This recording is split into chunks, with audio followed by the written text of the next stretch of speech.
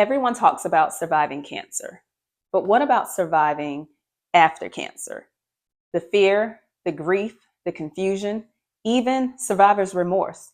No one prepares you for the emotional roller coaster that you'll face after treatment. Well, a few people may, and it'll be probably other survivors, right? So if you felt any of those feelings that I've just mentioned, then this is for you.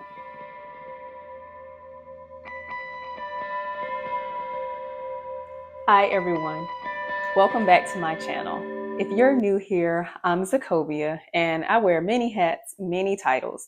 But what brought you to my channel, to this video right now, is probably the fact that I am a breast cancer survivor. So welcome. And today we're going to get into the truth about mental health after cancer. So I remember finishing my last scheduled treatment and hearing, you did it, you're done, go live your life, and so forth, right? And basically, I set out to do just that. I scheduled all these amazing vacations. I had my port removed. We went on a breast cancer retreat. We went on a camping trip. We went to Hawaii. We did all of these amazing things, right? But I will say, like, in my head, I was still scared. I was still worried, and I still felt incomplete. I was grateful. Of course, everyone knows that. If you've watched any of my videos, you know how grateful I was. But that still came with anxiety, and that came with fear. Every cough, every headache, every ache, all of that triggered panic. And so you're celebrating and you're worrying at the same time. Is it really done? The world expects you to bounce back. Your family, your friends, I feel like even your circle somewhat expects you to bounce back too. But truthfully, honestly, healing emotionally takes time. These are the scars that people don't get to see. Some days I cried for no reason. I was sad. I felt numb. And the worst part of it is that for some reason, you don't feel like you should feel all of those feelings all at the same time. Like you shouldn't be grateful, thankful, blessed, happy, and sad, crying, feeling numb all at the same time. Or at least I didn't think that I was supposed to feel all those feelings at the same time. It's like for some reason, your brain tells you that all of that shouldn't exist and you shouldn't be worried and all of that if you're grateful and if you're thankful and you're blessed. Like all of those things can't coexist at the same time. And the truth is that those feelings can. All of those feelings can coexist at the exact same time, and that's normal. I learned that those feelings, those emotions, all of that, all of it is valid and all of it is normal.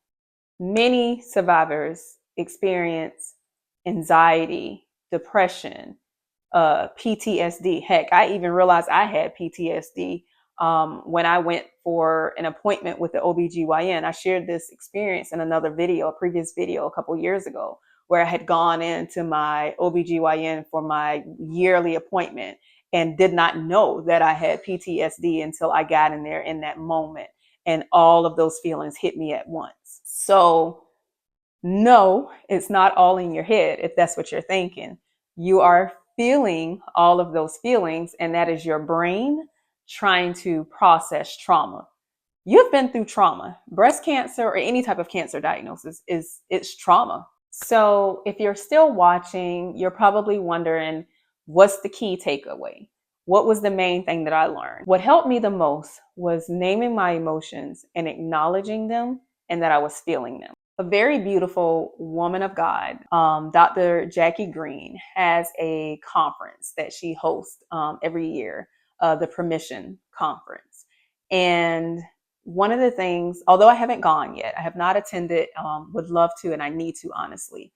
But just from watching like the information that she's sharing in her marketing and all of the main points of her conference, one of the things that, she puts emphasis on is, permission to XYZ.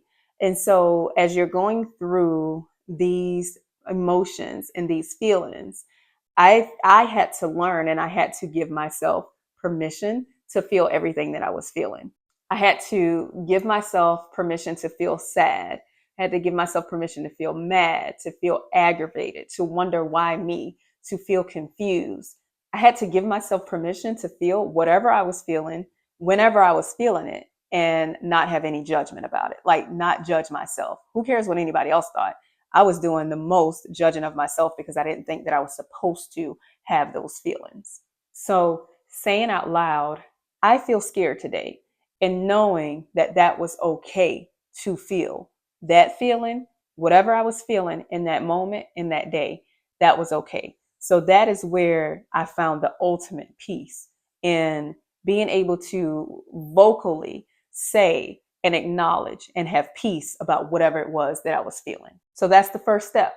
And so if no one has told you that lately, I'll be the first one to tell you it is okay, and you have permission to feel whatever it is that you're feeling. What you're feeling is real, and you're not alone. So it's okay to acknowledge it, and it's okay to feel it, okay? Because what you've been through is traumatic.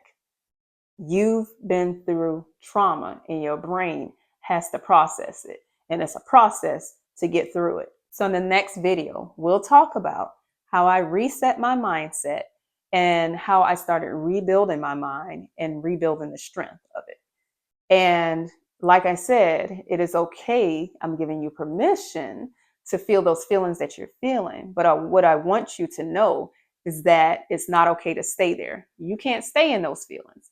You can feel them, but we can't stay there. And so next video is where we're going to talk about how you reprogram, how do you reset and get up out of that. So if you haven't done so already, here's what I need you to do. Hit the subscribe button and turn on your notifications so that you are in the loop when that next video releases. Okay? You've survived the battle. Now it's time to reclaim your mind. All right? So let's do it, and I'll see you next time.